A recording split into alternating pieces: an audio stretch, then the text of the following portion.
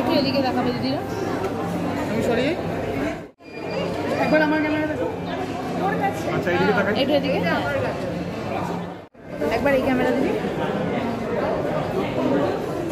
রাজস্বীদা একটা অসম্ভব রিগোরাস রিসার্চের মধ্যে দিয়ে গেছে এবং এই ছবিটির গল্পটা সত্যি ঘটনায় ভর্তি, মানে এবং সত্যিকারের ঘটে যাওয়া কিছু ঘটনা নিয়ে একটি ছবি যখন হয় তখন আমরা সবসময় নজর রাখি রিসার্চটা কত ভালো।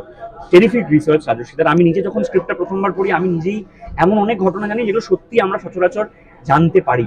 সেই রকম একটি ছবি, বাংলায় প্রথম বিধো ট্রাফিকিং নিয়ে ছবি। আমরা human trafficking, women trafficking, girl child trafficking নিয়ে ছবি দেখেছি, কিন্তু বিধবা যাদেরকে সমাজ থেকে একরকম রাপ্ত করেই দেওয়া হয়েছে, এরকম বিধবারা যখন বেনারস চলে যাচ্ছেন তারপর তাদের জীবনে কি ঘটছে এইটা নিয়ে একটা খুব সেন্সিটিভ গল্প রাজস্বীদা বলেছেন। এবং I am really glad to be a part of such a wonderful cast and crew. রাজস্বীদার ছবি মানেই টেরিফিক ক্রু এবং মাল্টি স্টার কাস্ট আর কি, সেই কাস্টের একটি অংশ হতে পেরে আমার খুব ভালো লাগছে।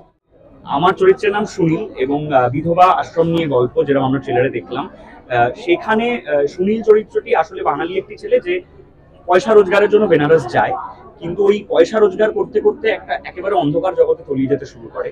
বেনারসের এই যে ভিডিও ট্রাফিকিং এর যে সার্কেল, বিভিন্ন চক্র, সেইটার একটা ইন্ট্রোডাকশন হিসেবে, একটা সূত্রধর হিসেবে সুনীল আসে স্ক্রিনে। কিন্তু সাদা রঙের পৃথিবী ছবিটির নাম, চরিত্র যে একেবারে সাদা বা একেবারে কালো এটা বলা যায় না। তো সুনীল চরিত্রটি, আমি যে চরিত্র অভিনয় করছি সেটা একটু ধূসর, একটু গ্রে। এটা ভিডিও ট্রাফিকিং নিয়ে প্রথম একটা বাংলা ছবি এবং সেটা খুব ইম্পর্ট্যান্ট এই সময় সোশিও পলিটিক্যাল জায়গা থেকে। বাংলার মেয়েরা বাংলার বাইরে গিয়ে একেবারেই নিরাপদ নন, সেই রকম একটা বিষয় নিয়ে তোলা। এবং এখনও আমাদের দেশে ভিডিও হওয়াটাকে, যতই আমরা রামমোহন রায়, ঈশ্বরচন্দ্র বিদ্যাসাগরকে নিয়ে বড়াই করি, ভিডিও হওয়াটা ক্রাইম, তাদেরকে একটা অন্য চোখে দেখা হয়, তাদেরকে পানিশমেন্ট দেওয়া হয়, তাদেরকে পরিবার থেকে আলাদা করে রাখা হয়। এইটা বন্ধ হওয়ার প্রয়োজন এসছে এবং এই ছবির মাধ্যমে এই বার্তাটা খুব সহজ এবং ভীষণভাবে চারিদিকে ছড়িয়ে যাবে যে আমরা কি এক্স্যাক্টলি বলতে চাইছি। এটা একেবারে ওম্যান এম্পাওয়ারমেন্টের ছবি এবং সেই অনুযায়ী অভিনেত্রীরা দাপটে অভিনয় করেছেন এবং ফাটিয়ে দিয়েছে। না না না না, আমার মনে হয় যে মানুষজনের এত আন্ডার কারেন্ট বোঝার মতো বুদ্ধি এখনো তৈরি হয়নি। দর্শকের বুদ্ধি আছে, বাদ বাকিদের নিয়ে আমি জানি না, তারা এখনো অত বুদ্ধি হয়নি তাদের। সো বন্ধ হয়ে যাবার কোনো বিষয় না, বন্ধ হলে বরঞ্চ ভালো, আরো বেশি করে কন্ট্রোভার্সি হবে, লোকজন দেখবেন। সেই ভুলটা তারা করবেন বলে আমার মনে হয় না, যহেতুক একটা কন্ট্রোভার্সি একটা ছবিকে তো অতি করে বন্ধ করো। হ্যাঁ, একটা জিনিস ঠিক যে সেই প্রাচীনকাল থেকে নিয়ে আজও মহিলারা লড়াই করছে এবং যতদিন পৃথিবী বেঁচে থাকবে মহিলারা লড়াই করে যাবে, এটা আমি মনে করি। কারণ একটা জন্মানো থেকে মৃত্যুর দিন পর্যন্তই একটা নারীকে লড়তে হয়, কিন্তু এই লড়াইয়ের মধ্যেও আমার মনে হয় একটা আনন্দ আছে। কারণ বিইং এন ওম্যান, আমি কিন্তু কনস্ট্যান্ট লড়াই করে যাচ্ছি এবং আমার প্রফেশনেও কিন্তু অনেক রকম মেন্টালি টর্চার আমাকে আটকানোর চেষ্টা করা হয়েছে অনেক রকমভাবে, এখনো কন্টিনিউয়াসলি অনেক রকমভাবে আটকানোর চেষ্টা করা হয়ে থাকে।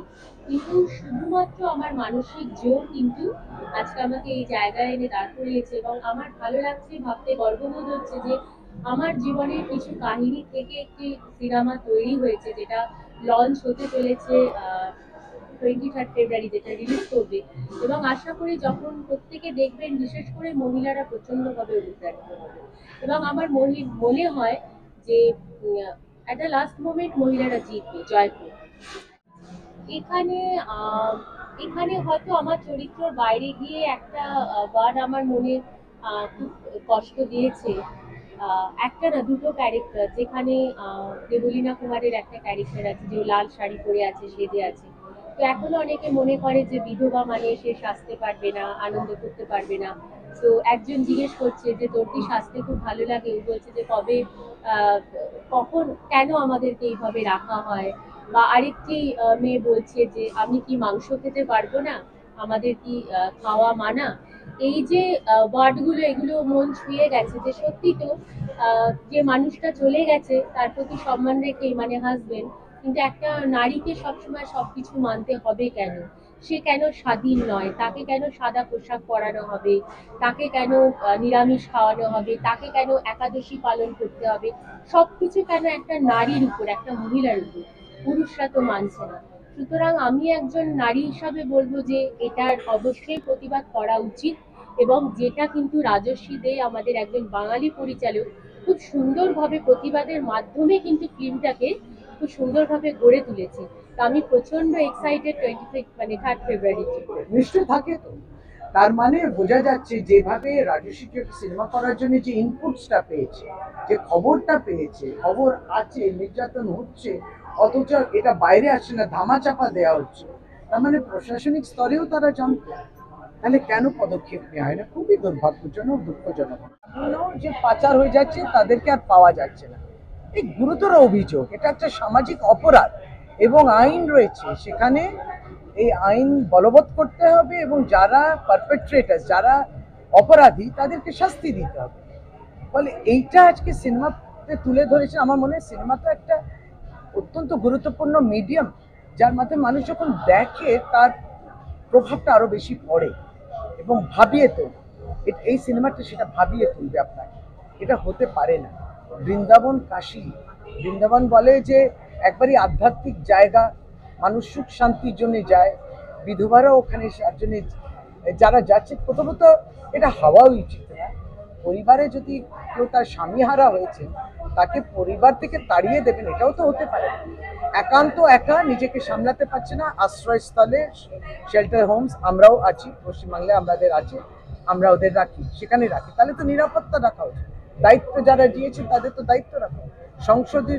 সংসদীয় এলাকা আমাদের দেশের প্রধানমন্ত্রী, এটা তার parliamentary constituency. Videos of Vrindavan নিয়ে অনেকেই জানে বহু বছর, কিন্তু এই বিধবাদের উপর এই অত্যাচার হচ্ছে আজকে সিনেমার মাধ্যমে রাজস্বী তুলে ধরেছে। আশা করি এর বিস্তর প্রভাব পড়বে, যাতে আমরা সংশোধন করতে পারি, তাদেরকে বাঁচিয়ে আনতে পারি, তাদের বেঁচে থাকার অধিকার রয়েছে। চরিত্রটা নিয়ে আমি একদমই বলতে পারবো না, কারণ চরিত্রটার মধ্যে একটা অদ্ভুত টুইস্ট আছে, সেটা আমি চাই যে তোমরা সিনেমা হলে গিয়ে দেখো প্লিজ। দেখো, প্রথম কথা, আমি না ভিডিও ট্রাফিকিং নিয়ে সত্যি বলছি আমার কোনো আইডিয়া ছিল না। হিউম্যান ট্রাফিকিং নিয়ে ছিল, কিন্তু সেটা তার মধ্যে যে ভিডিওরাও পড়েন আমি জানতাম না। মানে আমি যেটা জানতাম না সেটা বলার মধ্যে আমার মনে হয় না কোনো লজ্জা আছে। আর যখন আমাকে রাজস্বী প্রথমবার এই গল্পটা শোনায়, তখনই আমি জানতে পারলাম যে মানুষ এতটা মানে ইনসেনসিটিভ হয়ে যেতে পারে, ইনহিউম্যান হয়ে যেতে পারে, যে ওনাদেরকেও ছাড়া হয় না। এবং আমরা জানতাম যে মানে আমাদের সমাজ থেকে, বাংলা থেকেও কিন্তু প্রচুর বিধবা মানুষরা কাশিতে গিয়ে থাকেন শেষ বয়সটা। আমরা জানতাম তারা সেফ, তারা সিকিওর, কিন্তু আসল ঘটনাটা সেটা নয়। এটা জানার পর না ভেতর থেকে কেঁপে উঠেছি। এটা বন্ধ হওয়া দরকার। যেমন ঐন্দ্রিলের মুখে যে ডায়লগটা আমি শুনলাম, এখন তোমরাও মেবি শুনেছো, যে it's a white canvas. Because বিধবা মানেই তোমাকে সাদা পড়তে হবে, বিধবা মানেই তোমাকে নিরামিষ খেতে হবে। এই যে কিছু বেসিক কিছু বারণ আমাদের সমাজের সবার উপরেই, সব কিছুর উপরেই, এটার জন্যই মানে আমার মনে হয় এটা থেকেই হয়তো অনুপ্রাণিত হয়েছে রাজস্বী। আমি শিওর না, আমি আমার মতন করে বললাম। এই প্রথম একটা মানে এই প্রথম, আমি তো ছবি খুবই কম করেছি, এটা আমার 3 নম্বর ছবি।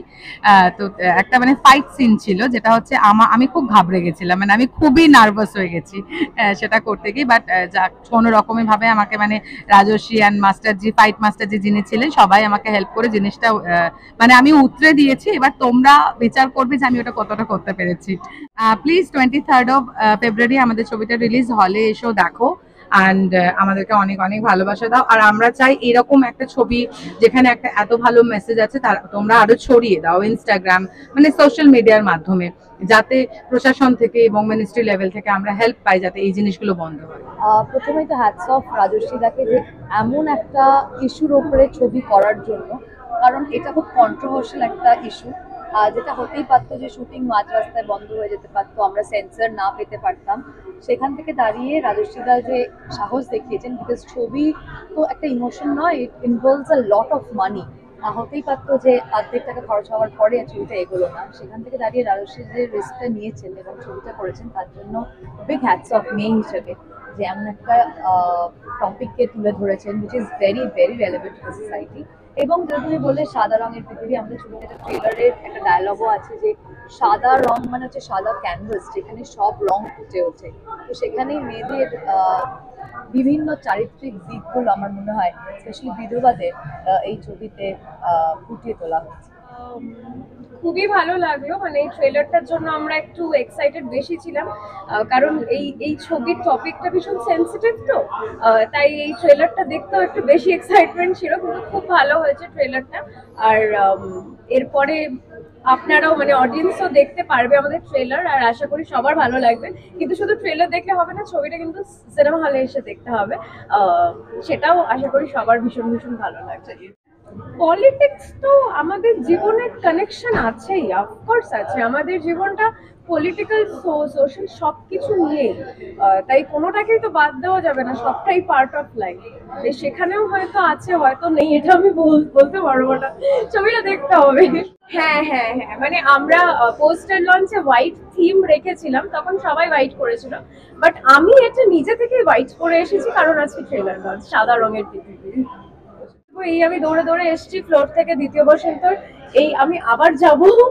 তো যাই হোক, আজকে সাদা রঙের পৃথিবীর ট্রেলার লঞ্চ আমরা দেখলাম, খুব ভালো লাগলো। আশা করি অডিয়েন্সেরও ভীষণ ভালো লাগবে, এবং প্লিজ বাংলা ছবি সিনেমা হলে এসে দেখবেন।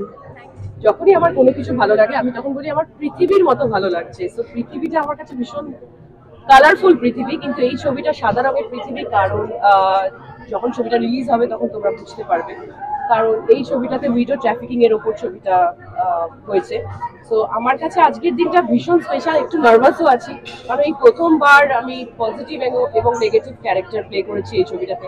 রাজস্বীদা আমাদের ডিরেক্টর কনসিডার করেছেন, ভীষণ চ্যালেঞ্জিং। ট্রেলারটা দেখলেই বুঝতে পারবে যে কতটা চ্যালেঞ্জিং। আমি খুব super excited R waiting for 23 ফেব্রুয়ারি। আমি মনে করি আমাদের বাংলায় মেয়েরা খুব নিরাপদ, আমি এটাই মনে করি। আমি বাঙালি হিসেবে তুলনা করেছি, মানে আমি দুবাইতে অ্যাকচুয়ালি একটা জায়গায় শুটিং করেছিলাম। আমার একটা গান ছিল খুঁজেছি তোকে রাত বেরাতে, সেটা আমরা দুবাইতে, আমার সেখানে দেখে মনে হচ্ছে আমি মার্বেল রকে গিয়ে মনে হচ্ছে আমি দুবাইতে চলে এসেছি। তো এই জায়গাটা আমি কোনোদিনও দেখিনি যে আমাদের পুরুলিয়াতে এত সুন্দর একটা জায়গা আছে। সো দ্যাটস ওয়াই আমি বলেছি যে আমার মনে হচ্ছে আমি দুবাইটা আমি বলিনি, বাট মনে হচ্ছে যে আমি বিদেশে আছি। খুব ভালো, সবে 3 দিন মতো আমাদের শুট হয়েছে, তো ওটাও আমার কাছে ভীষণ চ্যালেঞ্জিং। চেষ্টা করছি 100% দেওয়ার, এবার সবার আশীর্বাদ নিয়ে যা হওয়ার। একদম আমি এটা ভাবছি না, আমি আমার মতো চেষ্টা করছি। আমি খুবই নগণ্য ওনার কাছে, মহানায়িকার কাছে। আমি এখনো শিখছি, আর শেখার কোনো বয়স হয় না, আমার মনে হয় শেখার কোনো শেষ নেই। তো সবার কাছ থেকেই শেখা। এবার ওয়েট করছি কবে বুম্বাদার সাথে একসাথে এই ছবিটাতে চলছে। ওনাকে আমি এই ছবিতে অ্যাজ আ মেন্টর পাবো, উনি সবারই মেন্টর, পুরো ইন্ডাস্ট্রিরই মেন্টর, তো আমি ওনাকে অ্যাজ আ মেন্টর পাবো এই ছবিতে। I am very lucky.